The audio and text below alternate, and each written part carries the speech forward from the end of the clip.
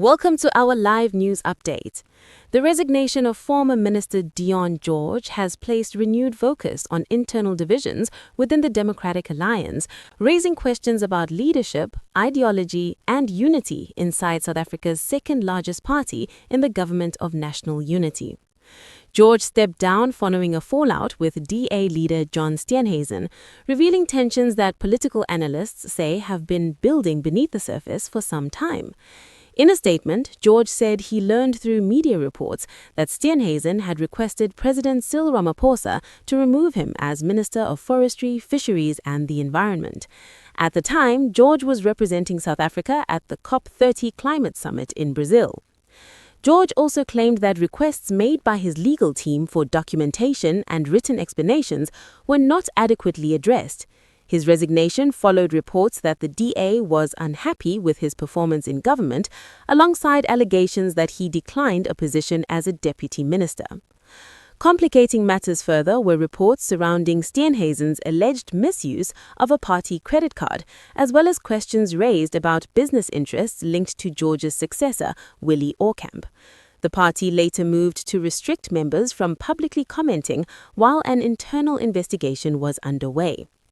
Earlier this week, the DA's Federal Legal Counsel cleared Steenhuisen of wrongdoing, a finding that contradicted George's position that the credit card expenses could not be reconciled.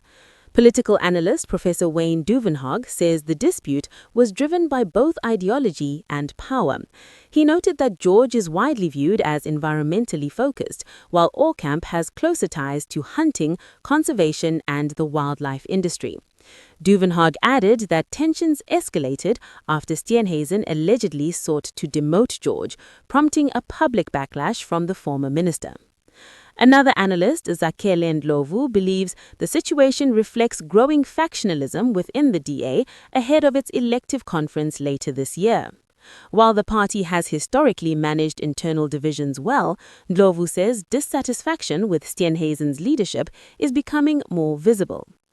George's decision to resign not only as a member of parliament, but also from the party itself has been described as highly significant.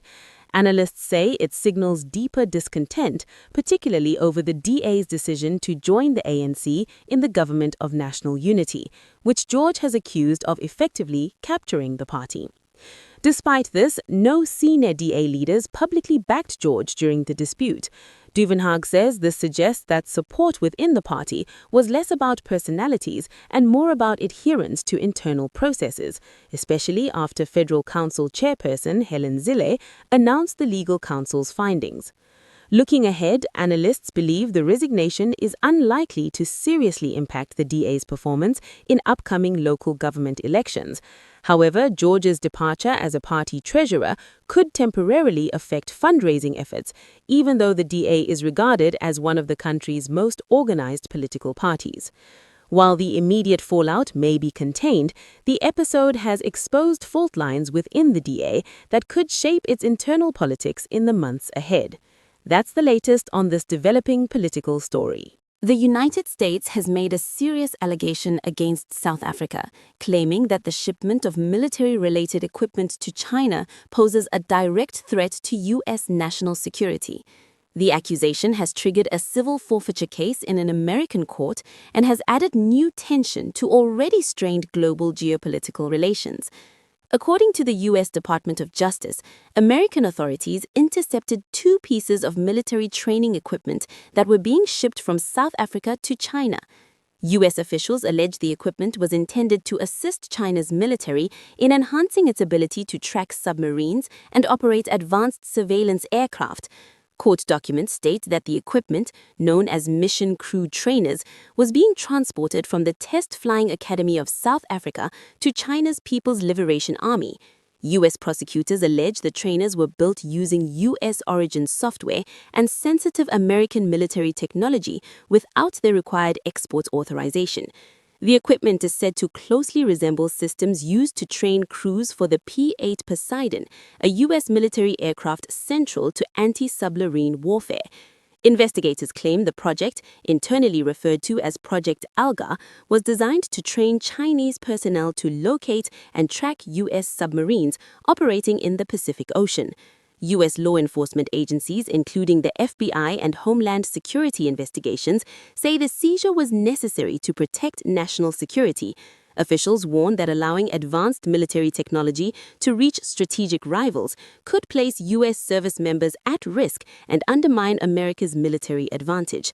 This development comes at a sensitive time amid rising global tensions and recent joint naval exercises involving China, Russia, and Iran in waters near South Africa. The forfeiture case forms part of a broader U.S. effort to disrupt international networks accused of helping China acquire advanced military capabilities. The investigation remains ongoing. However, the Test Flying Academy of South Africa has strongly rejected the allegations. In a detailed statement, the company denied transferring NATO aviation expertise or exporting U.S. military technology in violation of international law. TFASA said the seized equipment consisted of basic mobile classroom units used for crew resource management training in maritime patrol aviation. The company insists the systems did not include tactical simulators, advanced surveillance tools, or any classified or sensitive military capabilities. According to TFASA, the training systems relied only on publicly available information and commercially licensed software.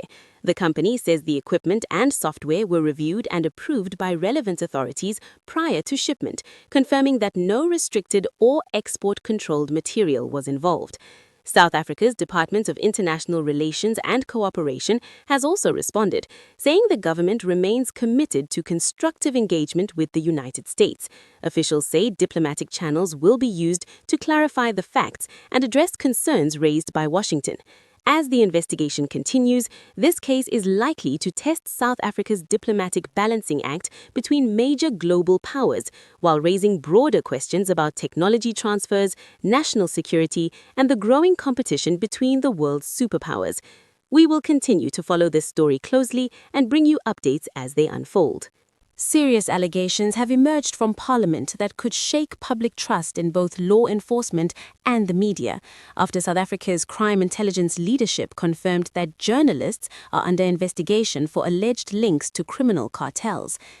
Crime intelligence head Dumisani Khumalo revealed that his unit is actively investigating journalists suspected of assisting or protecting organized crime networks. His comments came during testimony before Parliament's ad hoc committee, which is probing allegations of political interference in policing and the disbandment of the Political Killings Task Team.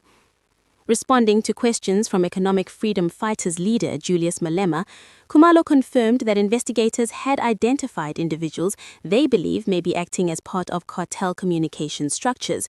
He stressed, however, that the investigation is still ongoing and that no final conclusions have yet been reached. The revelation comes against the backdrop of explosive testimony by former acting National Police Commissioner Khomotso Phalane, who went further by naming journalists he claims were deliberately weaponized to destroy his career. Phalane told the committee that he was the target of what he described as a sustained media campaign orchestrated by former Independent Police Investigative Directorate head Robert McBride and forensic investigator Paul O'Sullivan. He alleged that certain journalists were used as part of a coordinated propaganda effort to discredit him.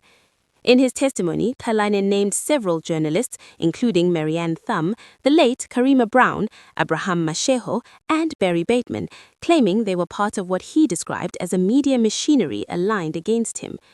At the same time, Khumalo revealed that investigations are also underway into senior South African Police Service officials suspected of mingling with members of criminal cartels. These comments followed concerns raised about senior officers being seen at social gatherings linked to individuals of interest. Khumalo told the committee that investigators are examining whether these encounters were merely attempts by cartel figures to create the appearance of influence or whether they reflected deeper, improper relationships. He acknowledged that senior SAPS officials have been identified in the investigation, but said determining the nature and extent of their involvement remains ongoing. When pressed to name politicians allegedly involved in corruption or cartel-linked activity, Khumalo declined, citing legal restrictions that prevent investigators from identifying subjects before cases are concluded. As these parliamentary hearings continue, the testimony has raised troubling questions about the intersection of crime, policing, politics, and the media in South Africa. The investigations are still unfolding, and officials caution that allegations remain unproven until due process is complete. However, the implications of these claims, if substantiated, could be far-reaching. We will continue to monitor developments and bring you updates as more information becomes available.